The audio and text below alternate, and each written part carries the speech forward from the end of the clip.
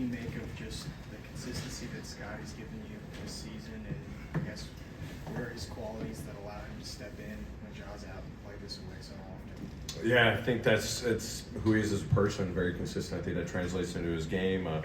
He's been consistent since the summer, beginning of the season. He and I have talked to him, and he's flexed his role, coming off the bench, being a starter. He and I have had good conversations. Obviously, he loves the responsibility to be out there, wants to compete, be out there as many minutes as possible. But if it's small doses or tonight 32 plus, he's going to give you max effort defensively, picking up full court, being disruptive. I thought he set a tone on the ball tonight defensively, and then just the way he pushes the pace.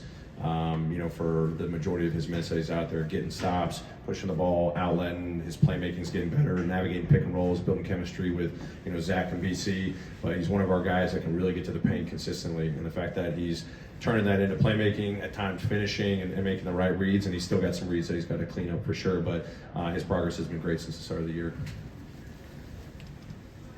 Taylor, you talked about pace, principles, and possessions since training camp. You see it in play the way it has been in these last two games.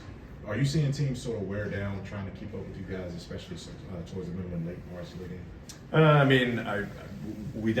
We slowed down a little bit too much in the fourth quarter, in my opinion, and then we had a couple of good ones middle of the fourth, and one or two late. We do want to wear teams out. We want to pick up full court. We want to pressure. I think our activity, we turned them over a lot tonight. 13 steals. I think we forced 20 plus turnovers. We limited them on the boards tonight, which is huge, and that's been a weakness of ours and been a strength of theirs. I think they only had like 6 or 7 offensive rebounds. So that's a big factor. So that goes into that, possessions game. And we kept saying we want to generate quality shots on offense. And the more that we can take care of the ball and improve in that department, which we're still a work in progress there, that gives us a great chance to exceed on the offensive side. And then when we can take away possessions, turnovers, forcing turnovers, and obviously limiting their offensive rebounding, you combine that, then we can win the possessions game and the quality shots they get on the defensive side for us. So overall, our guys are starting to understand our identity. 3 Ps. It's not just an offensive thing; it's a defensive thing. So we want to be relentless with it. We want to play. We've been playing a deep rotation. 11, 10, different guys stepping up, different nights, and that's what we got to lean into here for the rest of the season. Over this run where you guys have been playing good basketball, it feels like you've built up big leads, and then the other team hasn't even really threatened in the game. What's been the key to that? How have you been able to sort of run away and then stay away? Focus has been key. No lead is safe in the NBA. Very cliche.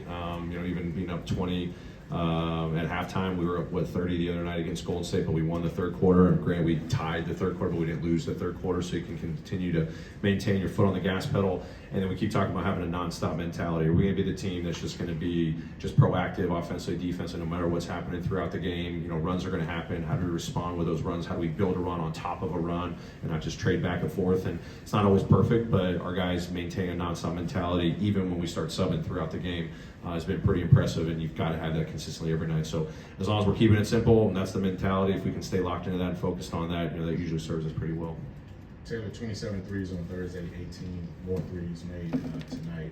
You talked about getting quality shots. Now that you're seeing them fall consistently, how much of a boost of confidence is that for the guys when they see those shots go down? I think it's great, and I think a lot of it is a product of being able to touch the paint, multiple guys touching the paint, and then I think our movement patterns. I've been emphasizing a few things over the last week. Our guys are really dialing in and making that a point of emphasis, and Hawks tonight trying to take those away, and then we just went to a secondary option. But understanding paint touches create way better quality shots for the Grizzlies.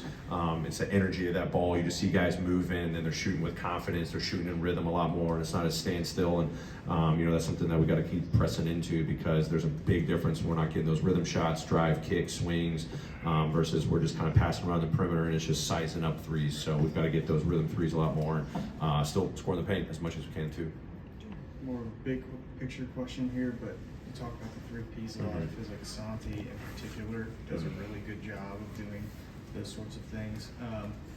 How have you seen this offense help him, and then how have you seen him grow from his rookie season when he was playing a lot of games in the G League to now a player that's all of a sudden getting attention for potentially the 6th man of the year? Yeah, I think back to when we had early conversations about some of the changes we were going to make with our offensive philosophy, and he was one of the first guys we thought about.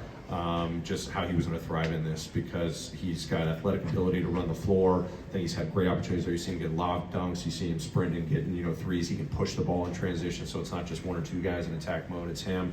The way he moves without the ball, I think that just generates that confidence from the three-point line. He's shooting the ball well, and then just sneaking in that rebounding. I think he's one of our top rebounders defensively. I'm always challenging him to be more physical on that end, but even offensively, I think that just fits his trade. So the 3Ps there. And I mean, to think back to his rookie season, him always just craving development opportunities, whether it was with a hustle or taking advantage of opportunities. When he got him coming off the bench, or when Tripp was out to start the season, he started the season, just every opportunity.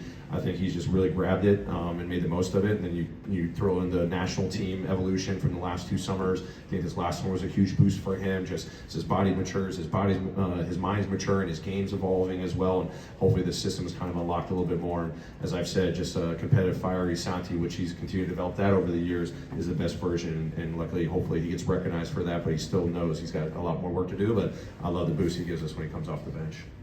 Anything else? Great. All right. Thanks, everyone. Appreciate it.